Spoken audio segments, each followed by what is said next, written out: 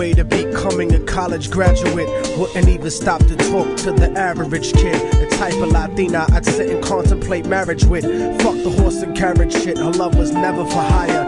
Disciplined intellectual beauty's what I desire. Flyer than Selma Hayek or Jennifer Lopez. Everyone told me kicking it to her was hopeless. At first I just thought she didn't mess with broke kids. The thug niggas always talking about how they smoke kids, but the rich sniff coke kids got no play.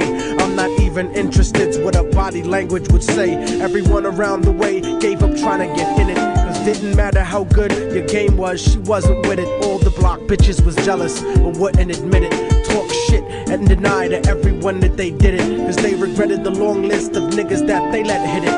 And no one ever gave them shit except McDonald's and Diddick. Smoking weed with thoughts of envy whenever they lit it. She spoke intelligently and they bit it, always trying to copy, but when they tried to use her vocab they sounded sloppy. She had a style all her own, respectful and pure. I was sick in the head for her and there wasn't a cure.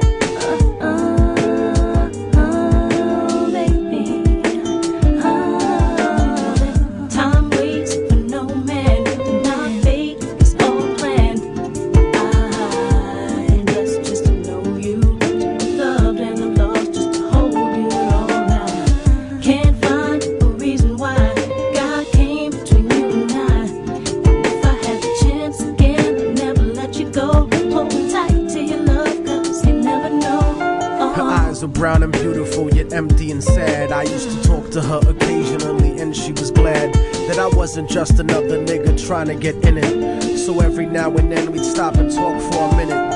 I didn't have a gimmick, so the minutes turned to hours. On her birthday, I gave her a poem with flowers. Then I took her out to dinner after her cousin's baby shower. We talked about power to the people and such. We spent more time together, but it was never enough. I never tried to sneak a touch or even cop a feel. I was too interested in keeping it real, perfectly honest and complete. She would always call me cariño and never technique. Bought me a new book to read every 2 or 3 weeks, forever changing the expression of my thoughts when I speak. It was because of her I even deaded all of my freaks. She convinced me to stop hanging out on the streets, to stop robbing and stealing from people like you. Instead I took her out to the Apollo and the Bronx Zoo, Museo del Barrio and the Metropolitan too. Got to the point where I was either with her or my crew, so I decided one day to tell her my feelings was true. I couldn't live without her, so I told her face of my fears, but honey's only response was a face full of tears. She could only sob hysterically, holding me tight. I tried to speak, but she wouldn't stop until I left sight. I felt like a moth who got himself too close to the light, except I didn't burn, I turned cold after that night.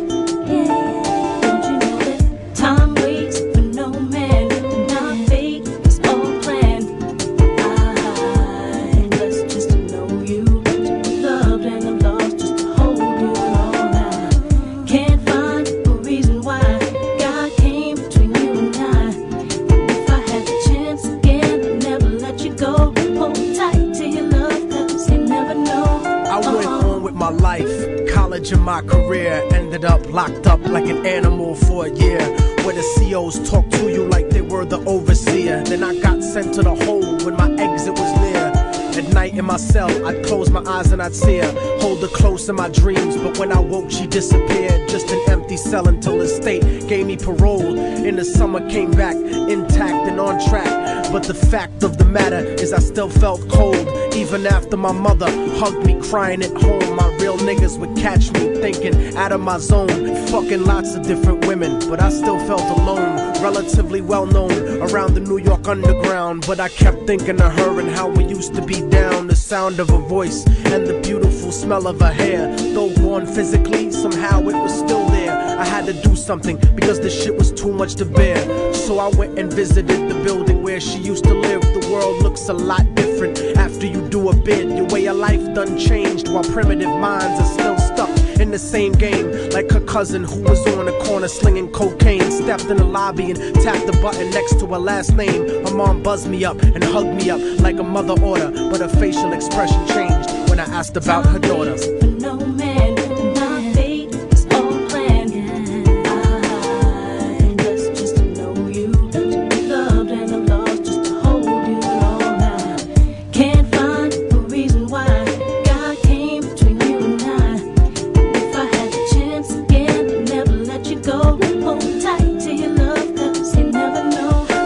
me that there was a note for me that was left behind, and she had left it there, waiting for such a long time. I was inclined to ask about it, but she brought it up first. I saw a tear swelling up in her eye, and then she cursed. She told me where the letter was, and I started thinking the worst. Reversed my position, stepped over and opened the door, and sure enough, there was an envelope with my name on the floor. Nobody loves you more than me, cariño's what the letter said. By the time you get to read this, I'll probably be dead. But when you left in 97, a part of me went to heaven. I thank God at least I got to know what love really was. But it hurt me to see what true love really does. Cause even though we never made love, you were all that there was. It was because I loved you so much that I had to make you leave. You made me doubt the way I thought, you made me wanna believe.